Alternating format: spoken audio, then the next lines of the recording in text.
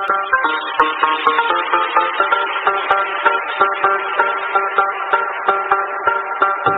murid-murid, Assalamualaikum warahmatullahi wabarakatuh dan salam sejahtera. Anda masih bersama saya lagi Cikgu Akil di channel Encik Akil. Baiklah, hari ini cikgu saja memakai baju KRMJ, iaitu baju karakter murid Johor. Barulah nampak seperti murid-murid sikit kan? Baiklah, tanpa membuang masa, pada hari ini cikgu akan mengajar Unit 24 iaitu cergas aktif, melompat lebih jauh, dan SP yang akan dipilih ialah SP 2.2.1 iaitu kemahiran membaca. Murid-murid boleh buka buku teks halaman 140. Baiklah, mari kita lihat apakah standard pembelajaran 2.2.1 ini. Diharap murid-murid dapat membaca untuk memahami makna perkataan yang terdapat dalam pelbagai bahan menggunakan glosari dan kamus dengan betul dan tepat. Maksudnya, murid dapat menyatakan perkataan yang mungkin ditanda atau diwarnakan ataupun yang ditekankan dalam teks tersebut. Mari kita lihat teks tersebut. Teksnya ialah melompat lebih jauh. Nampak ya? Berikan maksud perkataan yang berwarna merah dengan merujuk kamus dan glosari. Kemudian bina ayat dengan perkataan tersebut bagi menjelaskan maksudnya. Sebelum itu, jom sama-sama kita baca teks yang telah diberikan. Melompat lebih jauh. Sukan berkuda ialah sukan yang mengasah kemahiran menunggang kuda oleh penunggangnya. Sukan ini mewujudkan persefahaman antara manusia dengan kuda. Hal ini dikatakan demikian kerana penunggang kuda perlu bijak mengawal emosi diri dan kuda di hadapan khalayak. Terdapat acara sukan yang melibatkan aksi berkuda seperti balet berkuda, maafkan cikgu, balet kuda, lompat palang, menunggang kuda jarak jauh dan polo. Aksi balet kuda memerlukan keupayaan kuda mempersembahkan pergerakan badan yang menarik. Ciri-ciri persembahan kuda yang baik berdasarkan kekerapan dan kebebasan pergerakan kuda, keanjalan langkah kuda dan keinginan kuda bergerak ke hadapan. Selain itu, murid-murid, aksi berkuda lompat palang memerlukan penunggang yang mahir menunggang kuda, melompat halangan atau melakukan aktiviti lompat. Penunggang kuda perlu yakin kerana perasaan takut akan menyebabkan kuda tertekan sehingga mengganggu pergerakan kuda. Penunggang yang baik mestilah cekap mengawal kuda untuk bergerak, berlari dan berhenti. Di samping itu, acara menunggang kuda jarak jauh pula memerlukan kuda yang lasak.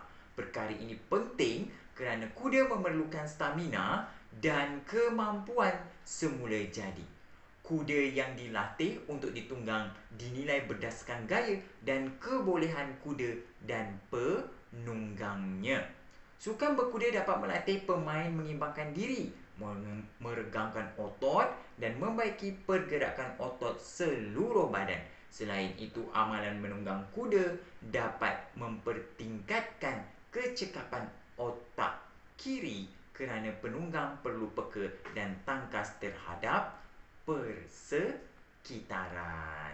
Nampak tak murid-murid? Sukan berkuda ini ialah sukan yang mengasah kemahiran menunggang kuda oleh penunggangnya.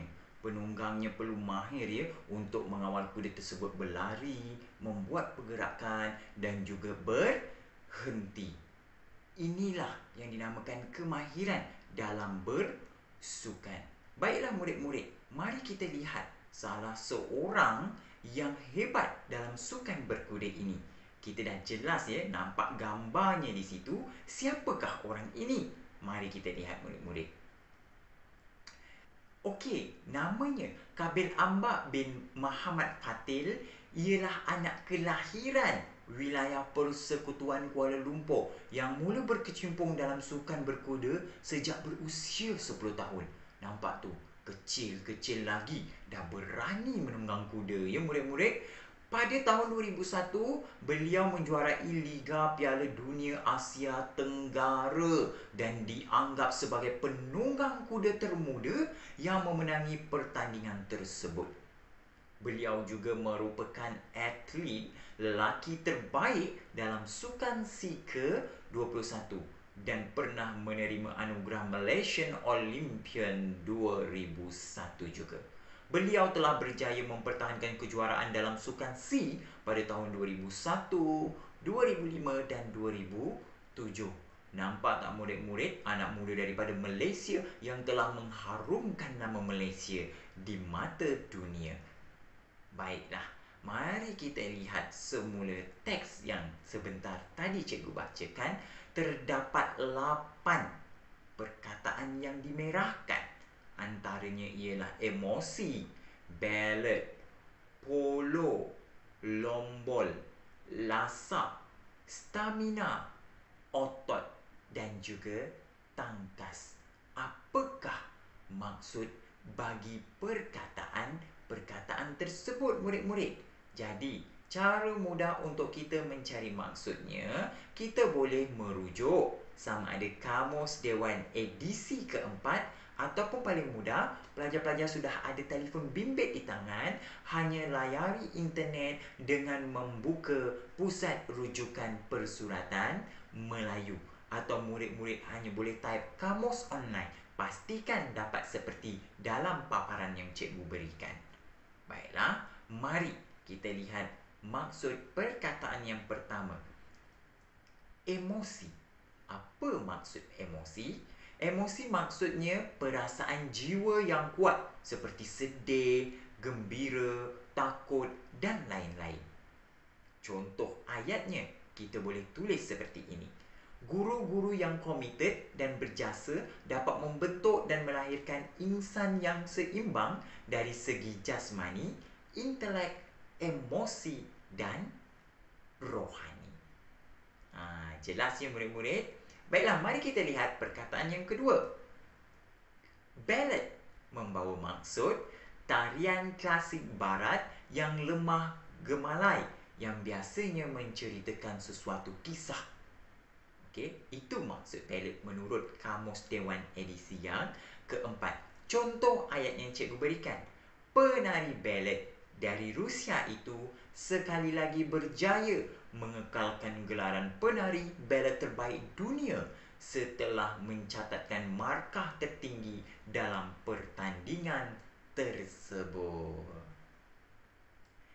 Perkataan yang ketiga murid-murid, polo. Apa maksudnya? Sejenis permainan bola yang melibatkan dua pasukan pemain yang menunggang kuda dan menggunakan kayu panjang sebagai pemukul bola untuk memasukkan bola ke dalam gol. Tolong ingat ya murid-murid, polo menggunakan kuda ya, menunggang kuda. Pemain tersebut mesti menunggang kuda. Maka contoh ayatnya, sukan polo merupakan sukan yang terkenal dengan gelaran sukan para raja dan paling banyak dilariskan oleh bangsa British. Kenapa dia kata sukan para raja?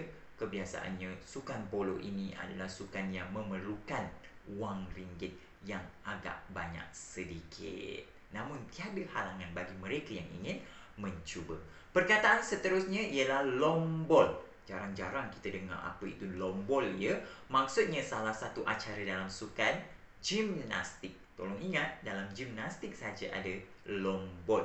Okey, ayatnya. Siti Sarah telah memenangi pingat emas dalam acara lombol bergalah bagi kategori perempuan bawah 18 tahun.